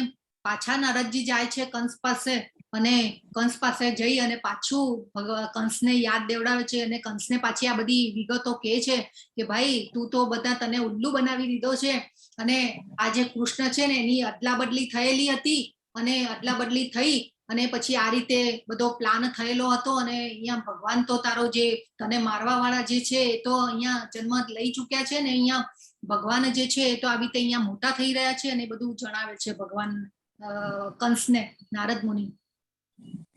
તો પાછો કંસ જે છે ઉશ્કેરાય છે, અને કૃષ્ણ અને બલરામને મારવાનો પ્લાન બનાવે છે કે ભાઈ હવે તો હું આને જીવતો છોડું નહીં. એટલા માટે કંસ જે છે અક્રૂરજીને મોકલે છે મથુરા, અને મથુરાથી જેને કહેવાય ને કે સોરી વૃંદાવન મોકલે છે. અક્રૂરજીને વૃંદાવન મોકલે છે. તો આ દ્રશ્ય છે ને એ અક્રૂરજી જ્યારે બલરામ અને કૃષ્ણને લઈ અને મથુરામાં પ્રવેશ કરે છે ત્યારનું આ દ્રશ્ય છે. તો આ રીતે ભગવાન જે છે પછી કંસનો અહીંયા, અને કંસ જે છે ને એ મલ્લયુદ્ધનું જેને કહેવાય ને કે અત્યારે પણ બહુ પ્રચલિત છે આ મલ્લયુદ્ધ. અખાડામાં બધા મલ્લયુદ્ધ કરે અને એ બધા જોવા માટે ભેગા થાય ને, એટલે એ રીતે કંસ જે છે એ મલ્લયુદ્ધની આવી રીતે હરીફાઈ રાખે છે, અને એ બે જણને આમંત્રણ આપે છે, બોલાવવા માટે મોકલે છે અક્રૂરજીને. અક્રૂરજી અહીંયા લઈને પણ આવે છે, અને પછી ભગવાન જે છે આખી બહુ લીલા છે ભગવાનની ભાગવતમમાં, અને પછી ભગવાન જે છે અહીંયા કંસનો વધ કરે છે. હવે કંસનો વધ કરી અને પછી કંસનો વધ કરે છે. કંસને 2 પત્નીઓ હોય છે, તો 2 પત્નીઓમાંથી 2 પત્નીઓ જે હોય છે એ જરાસંઘની પુત્રીઓ હોય છે. તો જરાસંઘની પુત્રીઓ જે હોય છે એ જરાસંઘ પણ અહીંયા ક્રોધે ભરાઈ જાય છે કે ભાઈ મારા જમાઈનું વધ કરી નાખ્યો, કંસનો વધ કરી નાખ્યો. એટલે જરાસંઘ પણ ક્રોધે ભરાય છે, અને જેને કહેવાય ને કે મથુરા ઉપર 17 વાર ચડાઈ કરે છે, અને ભગવાન એને 17 વાર હરાવે છે. તે છતાં પણ એ સમજી શકતો નથી કે આ ભગવાન છે. અને એ પછી બીજા એ જે જરાસંઘ જે છે આજુબાજુના રાજાઓને લઈ અને પાછી 18મી વખત ચડાઈ કરવા માટે આવે છે. ત્યારે ભગવાન કે હવે તો આને સબક શીખવાડવો જ પડશે. ભગવાને જેને કહેવાય ને કે મથુરાની બાજુમાં એ વખતે વૈદિક કાળમાં દ્વારકા પણ અને મથુરા ને બધું આજુબાજુમાં, એટલે ભગવાન જે છે દ્વારિકા નગરીનું ને એટલે રચના કરે છે મથુરા વાસીઓને બચાવવા માટે. અને સોનાની દ્વારિકા ભગવાન બનાવે છે અને મથુરાવાસીઓને દ્વારિકામાં ટ્રાન્સફર કરે છે બધાને, અને પછી મથુરાવાસીઓને બચાવે છે કે ભાઈ આ કોઈ આ સંહાર ન થાય આટલા બધા મનુષ્યોનો, એટલા માટે દ્વારિકા નગરી વસાવે છે. અત્યારે પણ આપણે જોઈ રહ્યા છીએ કે બેટ દ્વારકા અને અત્યારે પણ આ સોનાની નગરીના જે અમુક અવશેષો છે એ આપણે બેટ ત્યાં દરિયામાં આપણને વચ્ચે પણ સમાચારમાં હતું કે એવા અવશેષો મળ્યા હતા. તો આ રીતે ભગવાન ત્યારે પણ ભગવાનનો જેને કહેવાય ને કે વૈભવ, સોનાની નગરી બનાવી હતી દ્વારિકાને, અને મથુરાવાસીઓને બચાવ્યા છે. અને પછી મથુરામાં બલરામ અને કૃષ્ણ જે છે આ જરાસંઘને નો વધ કરે છે. તો આ રીતની કથા છે, ખૂબ સુંદર. એટલે ઐશ્વર્ય ભગવાનનું એ વખતે પણ આ ધરાતલ ઉપર હતા ત્યારે પણ ભગવાનનું ઐશ્વર્ય એટલું હતું, અને દેવો મહર્ષિઓ જેને કહેવાય ને કે સ્વર્ગમાંથી આ દ્વારિકા નગરીમાં આવતા કે ભાઈ આટલું બધું ઐશ્વર્ય અને એટલું સૌંદર્ય હતું એ વખતે દ્વારિકા નગરીનું. તો દેવો અને મહર્ષિઓ પણ દ્વારિકામાં આવતા ભગવાનને મળવા અને આ જાણવા, દ્વારિકા નગરીનું સૌંદર્યને જોવા. તો આ બધું ભગવાનનું ઐશ્વર્ય છે. તો આવા ઐશ્વર્ય અને આવા ભગવાનને આપણે જાણીએ તો જેને કહેવાય ને કે આવું ઐશ્વર્યને જાણવું જોઈએ. જેમ જેમ આવા ઐશ્વર્યને ભગવાન વિશે આપણે જાણીશું એમ એમ આપણું ભગવાનનો ગાઢ સંબંધ થતો જશે. તો હવેનો જે 8 થી 11 શ્લોક છે, ચતુશ્લોકી ગીતા કહેવાય છે. આખી ગીતાનો સાર ભગવાને આ શ્લોકોમાં કહી દીધો છે. અને ભાગવતમમાં કૃષ્ણની લીલાઓ વર્ણવેલી છે વેદ વ્યાસજીએ, અને ભગવદ્ ગીતાને આ 4 શ્લોકમાં ભાગવતમમાં પણ વેદ વ્યાસજીએ આ 4 શ્લોકોને વર્ણવેલા છે ભગવદ્ ગીતા તરીકે. તો 3 વેદો, 18 પુરાણો, 108 ઉપનિષદો, બધા શાસ્ત્રોનો સાર એ ભગવદ્ ગીતા છે, આપણે જાણીએ છીએ. હવે ભગવદ્ ગીતાના 700 શ્લોકો છે. હવે એ બધા આપણે બાયહાટ ન કરી શકીએ, તો એમાંથી પણ 108 ઇમ્પોર્ટન્ટ શ્લોકો છે. એ પણ આપણે જો સપોઝ બાયહાટ ન કરી શકીએ તો આ જે આ 4 શ્લોક છે 8 થી 11 એ મહત્વના શ્લોક છે. તો એમાં ચતુશ્લોકી ગીતા એટલા માટે આ મહત્વ છે. આપણે લગભગ બધી 12ની ગીતાઓ જે હોય છે એમાં 696 શ્લોક હોય છે, પરંતુ આપણી આ પ્રભુપાદની જે ભગવદ્ ગીતા છે એમાં 700 શ્લોક છે, એમાં 4 શ્લોકોનો પણ સમાવેશ કરવામાં આવ્યો છે. એટલા માટે આ શ્લોકોનું ખૂબ મહત્વ છે. અને વેદ વ્યાસજીએ પણ ભાગવતમમાં આ 4 શ્લોકોને વર્ણવ્યા છે, ભગવદ્ ગીતાના શ્લોકો. તો 8મા શ્લોકમાં ભગવાન કહે છે કે હું સમસ્ત દિવ્ય તથા ભૌતિક વિશ્વનું કારણ છું, દરેક વસ્તુ મારામાંથી જ ઉદ્ભવે છે. હવે જે અહીંયા ભગવાન બુદ્ધિમાન મનુષ્યોની વ્યાખ્યા આપી છે, તો આપણે જોઈ ગયા 7મા ચેપ્ટરમાં પરાશક્તિ ને અપરાશક્તિ. તો ભગવાન જીવો જે છે આપણી ભગવાનની શક્તિ છે, અને ભગવાન અહીંયા કહે છે કે દિવ્ય અને ભૌતિક વિશ્વનું કારણ હું જ છું. આપણે જોઈ ગયા જીવો છે ભગવાનની પરાશક્તિ, જળ, ચેતન, ચર, અચર, સ્થાવર, જંગમ, આ બધું આપણે જોઈ ગયા. તો ભગવાન કહે છે અહીંયા કે મારામાંથી ઉદ્ભવે છે. આપણે ગોલોક ચાર્ટમાં પણ જોઈ ગયા કે કેવી રીતે આપણે 3 વિષ્ણુના વિસ્તારો જોઈ ગયા, પછી એમાંથી બ્રહ્માંડ ઉત્પન્ન થાય છે, બ્રહ્માંડોમાં કેવી રીતે ભગવાન અંદર પ્રવેશે છે, પછી પરમાત્મા તરીકે ભગવાન આપણા હૃદયમાં પણ રહેલા છે. તો એ બધું આપણે જોઈ ગયા. તો આપણી બુદ્ધિમાનની વ્યાખ્યા આપણે ભૌતિક જગતમાં કઈ રીતે કરી શકીએ છીએ? આપણે કઈ રીતે કરીએ કે આપણે બુદ્ધિમાન એટલે શું, આપણે કેવી રીતે જાણીએ છીએ? હરે કૃષ્ણ. અને અહીંયા બુદ્ધિમાન જો કોને કીધા છે ભગવાને? આપણે ભૌતિક જગતમાં બુદ્ધિમાન કેવી રીતે આપણે વિચારીએ કે બુદ્ધિમાન કોણ હોઈ શકે? જેને શિક્ષણ મેળવ્યું છે બુદ્ધિમાન, સારું ઉચ્ચ શિક્ષણ. હા, યસ, ખૂબ સરસ. તો બુદ્ધિમાન આપણે તો ખૂબ બધા પૈસા કમાઈ શકે એ બુદ્ધિમાન, પછી એન્જિનિયર બને, ડોક્ટર બને, PhD કરી નાખે, એવરેજ સર કરી લે, IAS IPS ઓફિસર બની જાય, એટલે આપણી બુદ્ધિમાનની વ્યાખ્યા આવી હોય. પણ જો અહીંયા ભગવાને બુદ્ધિમાન કોને કીધા છે કે જે સમસ્ત દિવ્ય તથા ભૌતિક વિશ્વનું કારણ છું, હું છું, મારામાંથી જ બધું ઉદ્ભવે છે, અને આ જે જાણે છે એને બુદ્ધિમાન કીધા ભગવાને.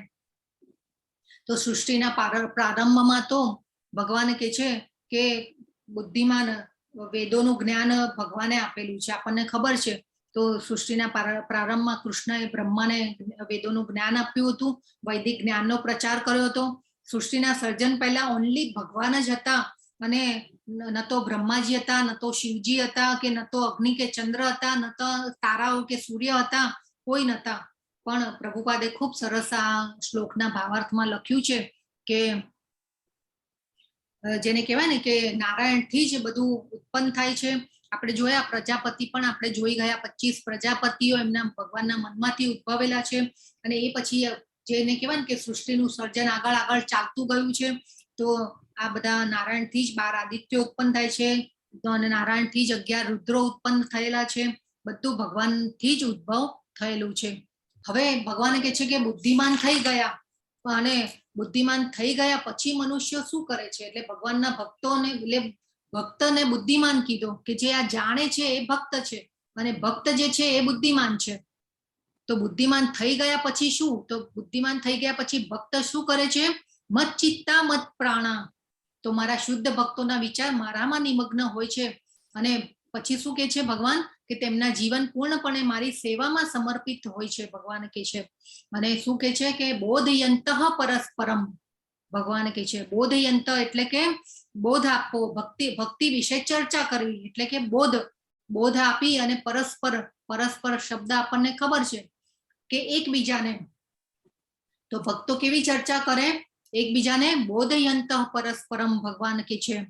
તો અને કથયંતશ્ચ મામ નિત્યમ. ભગવાન શું કે છે? કે મારા નામ ગુણ લીલાઓનું ગાન કરવામાં સદાય નિરંતર તલ્લીન રહે છે. જો પ્રભુપાદનું આપણે બાજુમાં ચિત્ર છે, હંમેશા આખું જીવન કૃષ્ણમય રહ્યું એમનું, અને આવી રીતે બોધ આપવામાં જ એમનું જીવન એમને સમર્પિત કરી નાખ્યું. હવે આપણને તો આજકાલ ભૌતિક વાતો કરવા માટે બહુ બધા મળી જાય, તો આપણને તો આવા બોધ આપણે કેવી ચર્ચાઓ કરતા હોય, તો આ ભૌતિક જગતમાં આપણને આવા લોકો બધા બહુ મળી જતા હોય છે, પણ ભગવાનની વાતો કરવા વાળા બહુ ઓછા મળે. હંમેશા આજકાલ જેને કહેવાય ને કે ક્રિકેટની, શેર માર્કેટની, સિરિયલોની, મૂવીની, પછી કીટી પાર્ટીઓમાં તો કોઈ વળી પાછી અલગ જ વાતો હોય. સમજદાર કોઈ સારા કાફી હે. તો આ બધું ચાલતું હોય છે કીટી પાર્ટીઓમાં તો. પરંતુ ભક્તો કેવી વાતો કરે? ભક્તો તો કરે કેવી ચર્ચાઓ કરે? ભગવાનની.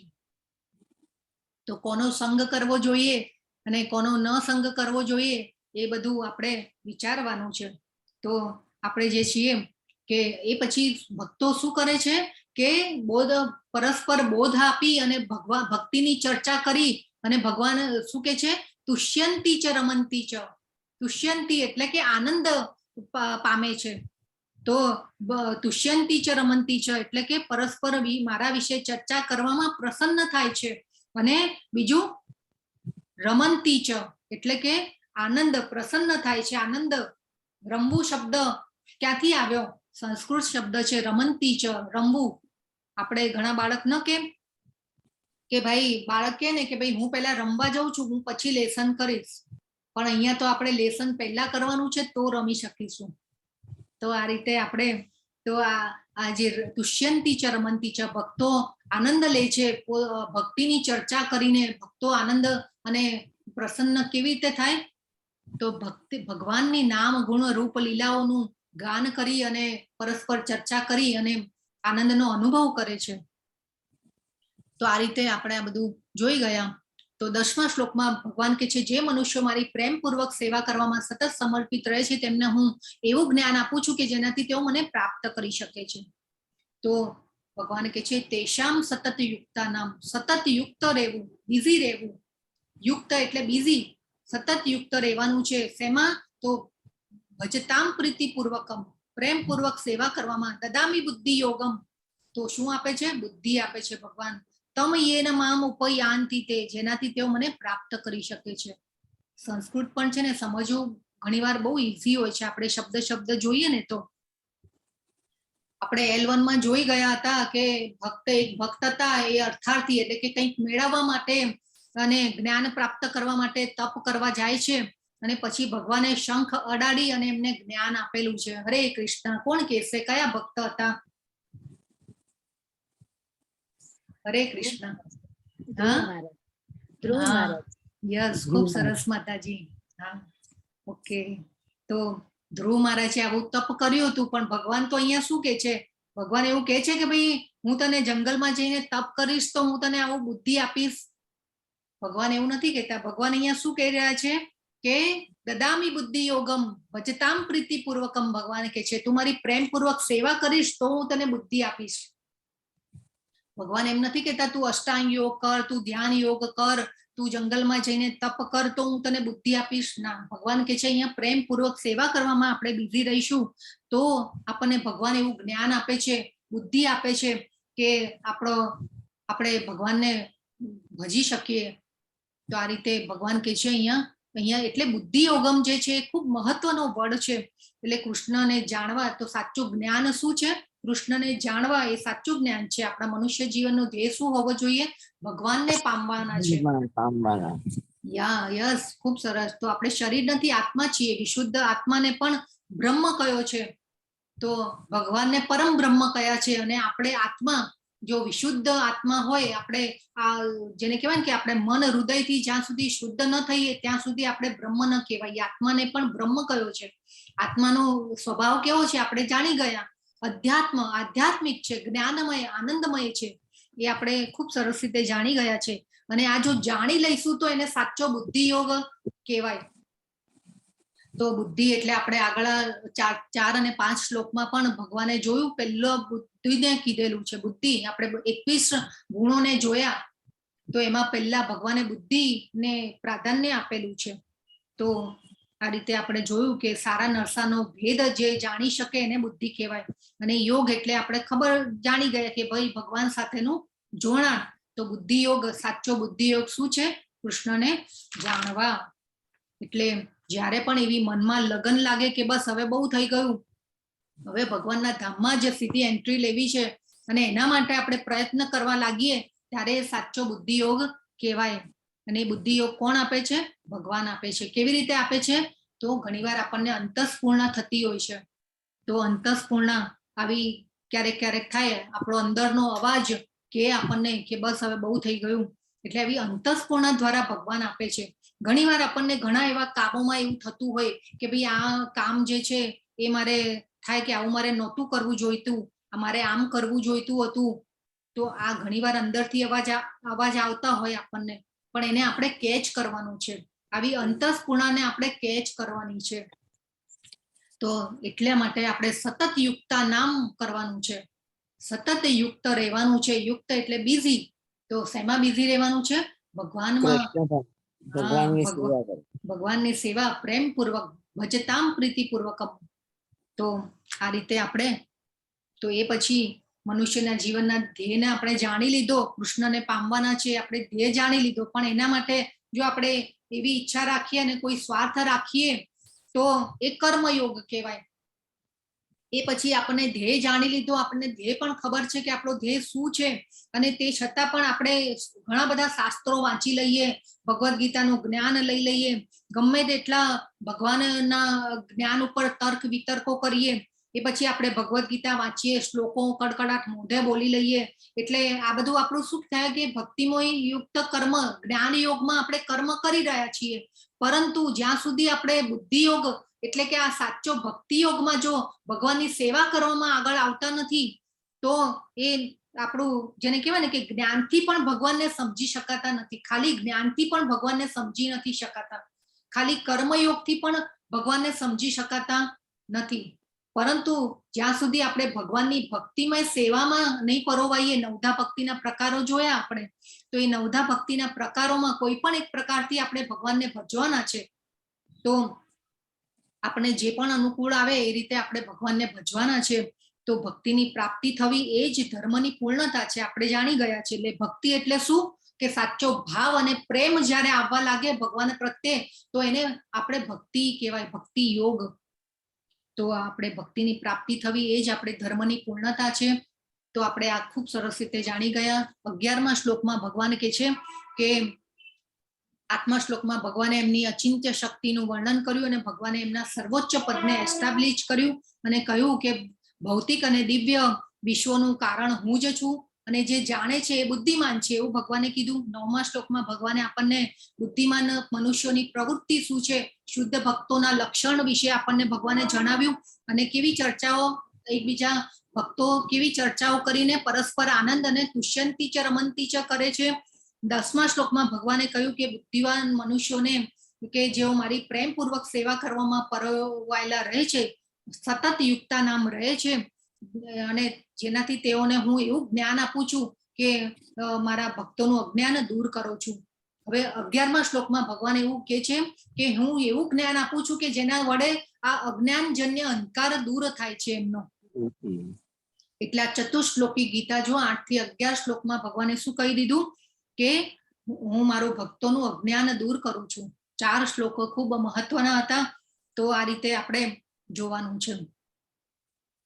તો અનુકંપાર્થમ, આ શ્લોકનો જે અનુકંપાર્થમ શબ્દ છે એ ખૂબ મહત્વનો છે. અનુકંપાર્થમ, તો અનુકંપાર્થમ એટલે વિશેષ કૃપા કરે છે ભગવાન.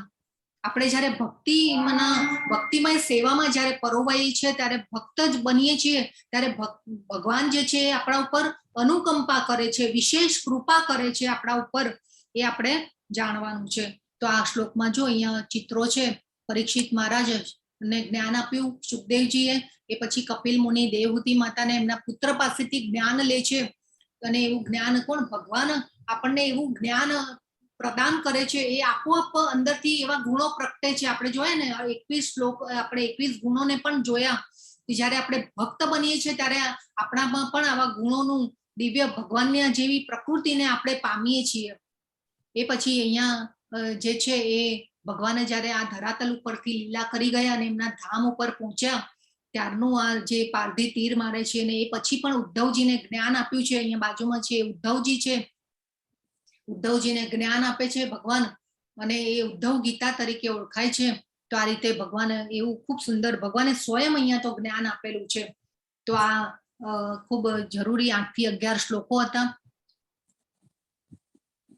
તો આ રીતે ખૂબ જેને કહેવાય ને કે ભક્તિથી પ્રસન્ન થયેલા ભગવાન સ્વયં બધું જ જ્ઞાન આપે છે, આપોઆપ પ્રગટ થાય છે હૃદયમાંથી. જેવી રીતે ભગવાને બ્રહ્માજીને હૃદય દ્વારા જ્ઞાન આપેલું, તો જો આપણે પણ શુદ્ધ ભક્તિમાં, આપણે અનન્ય ભક્તિમાં પરોવાઈએ છીએ, તો ભગવાન પણ આપણને જેને કહેવાય ને કે ખૂબ સરસ અંદરથી આપણા હૃદયમાંથી પણ જ્ઞાન પ્રગટે છે, અને આપોઆપ આ દિવ્ય ગુણો ના આપણા પ્રભાવમાં આવીએ છીએ, અને આપણે પણ આ ગુણોને પ્રાપ્ત કરીએ છીએ. તો આ સાથે આજે આપણે આ અધ્યાયને અહીંયા વિરામ લઈએ. આવતીકાલે આપણે જોઈશું. વાંછા કલ્પતરુભ્યશ્ચ કૃપા સિંધુભ્ય એવ ચ પતિતાનાં પાવનેભ્યો વૈષ્ણવેભ્યો નમો નમઃ. અનંત કોટી વૈષ્ણવ વૃંદ કી જય. ભગવદ ગીતા કી જય. શ્રીલા પ્રભુપાદ કી જય. સદગુરુદેવ કી જય. હરે કૃષ્ણ બધાને. હરે કૃષ્ણ માતાજી. હરે કૃષ્ણ. હરે કૃષ્ણ. હરે કૃષ્ણ. હરે કૃષ્ણ. માતાજી. હરે કૃષ્ણ. હરે કૃષ્ણ. हमारा दूसरा क्लास 9